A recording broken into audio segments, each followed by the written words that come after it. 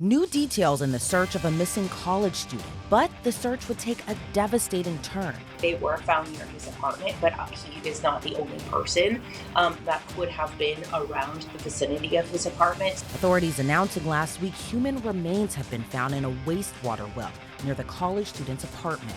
Texas A&M student Caleb Harris has been missing since March.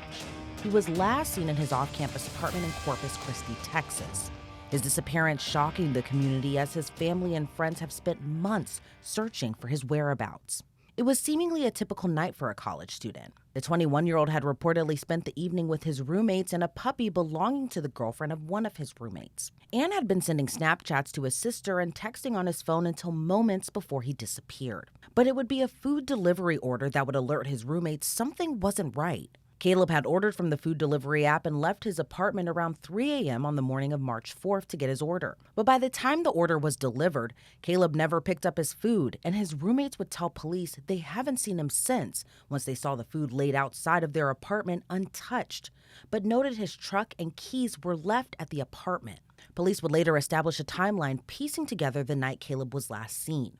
In the early morning hours of March 4th at 12:56 a.m., Ring camera video captured Harris, his friends, and his roommates in the parking lot playing with the puppy of his roommate's girlfriend. Police would note nothing appeared out of the ordinary, as they would return back to Caleb's apartment and the mutual friend left shortly after. Then at 2:20 a.m., one of Caleb's roommates said he was going to bed, and Caleb reportedly told him he was going to stay up and order his lunch for the next day from Uber Eats. More than 20 minutes later at 2:44 a.m., Caleb sent a Snapchat to his sister showing him walking the puppy at what appeared to be the parking lot of his off-campus apartment. Then at 3:03 a.m., he sends another Snapchat to his friend showing a small bridge over a drainage ditch a few hundred feet of the entrance of his apartment complex. But less than 10 minutes later, at 3:12 a.m., Harris's phone would ping for the last time at a nearby cell phone tower. And by 3:20 a.m., an Uber Eats delivery driver would drop off his food at his front door where it remained for hours. The initial thing that actually stuck out to me was the very tight time frame that they have in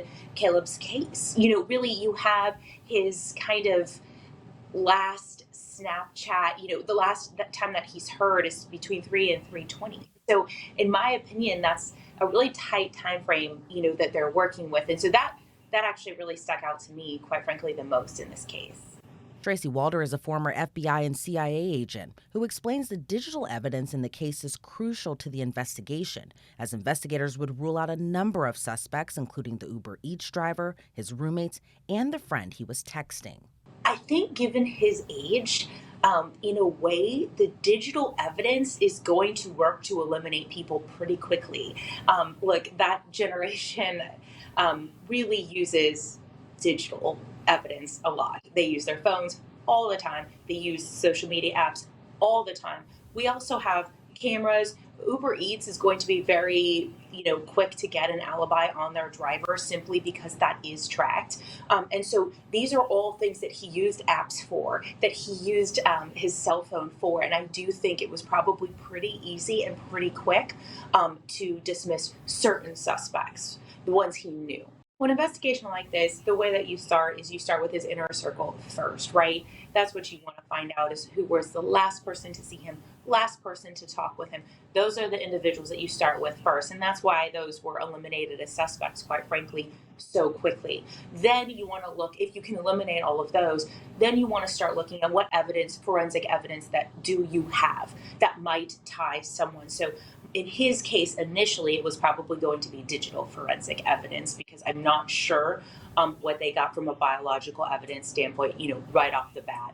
And so once you look at that digital evidence, then you start widening that net out more. Who else was he in contact with that wasn't in his immediate circle? How can we speak to them? And then they'll start speaking with them. But nearly 3 months after Caleb's disappearance, a new yet tragic discovery is made. On the afternoon of June 24th, Corpus Christi water employees discovered human remains at a wastewater life station near Caleb's apartment. The remains were discovered in the 40-foot deep well. While investigators have yet to confirm the identity of the remains, a more puzzling update. Authorities say the remains show no obvious signs of homicide. That's hard because obviously I'm just, hypothesizing at this point, but part of me wonders, he was found kind of in a drainage, well, remains of his may have been found in a drainage ditch or a well. And really, that was the site of the last kind of snap that he left on his Snapchat. And so part of me does wonder if this is some kind of a freak accident. We did see that in the death earlier this year of Riley Strain as well, when he was last seen on social media, and his death has also been ruled accidental. So to your point about this being a typical night, it may have been a situation where he was intoxicated. I don't know. Again, I'm just hypothesizing at this point, and it really could have been accidental. They said that there's no signs of trauma to the remains that they found. But again, I think that that's a difficult assumption to make right off the bat. They may not be seeing gunshot trauma or stabbing trauma, but things like strangulation will come up later in an autopsy. I don't know if it was a shortcut he was taking home. There could be a multitude of reasons that are not nefarious as to how remains potentially of him ended up there.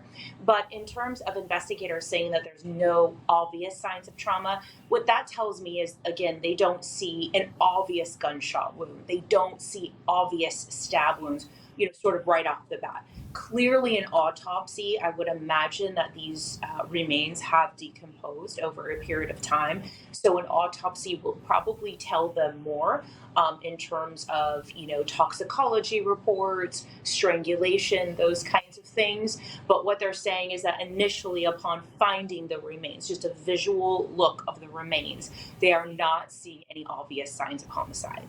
According to My San Antonio, police noted the location and area of the well were previously checked in the early days of the search for Caleb. Authorities say they can't say how the remains came to be in the well, which could raise the possibility they were flushed there from another location after recent heavy rains. It's also unclear how long the body was in the well before they were discovered. In their statement, police say the remains were transported to the Nueces County Medical Examiner's office for examination. But due to the advanced state of decomposition, the medical examiner's office was unable to make an identification or provide a manner or cause of death at this time. I think that his parents have obviously been very much involved in this case, and they will probably hand over DNA, dental records, all of the things that will help identify those remains more quickly. They don't have to hunt that stuff down, because sometimes it can take a while if you do have to hunt that down. Yeah, of course, you're dealing with decomposition, but through dental records, DNA, all of that, you still would be able to identify the remains. And I assume his parents will hand over everything that they can. As Caleb's loved ones continue their search to find him, a GoFundMe page has reached more than $70,000 of their $100,000 goal. In the description, it reads, "We are starting a fundraising account to help the Harris family with expenses.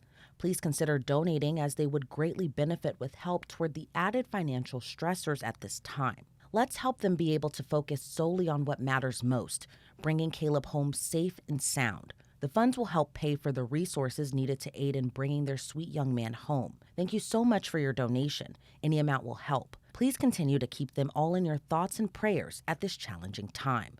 Trust in the Lord with all your heart and lean not on your own understanding." While the mystery surrounding the disappearance of Caleb Harris leaves a community stunned and a family desperately searching for answers, authorities still consider the case to be an active investigation. While it's unclear at this time whose remains were found inside the wastewater well, Corpus Christi police say that the remains are being sent to the University of North Texas Center for Human Identification for DNA analysis. Authorities with Corpus Christi PD ask anyone with information to give them a call, or they can remain anonymous by calling Crime Stoppers. Reporting for Law&Crime, I'm Elizabeth Milner.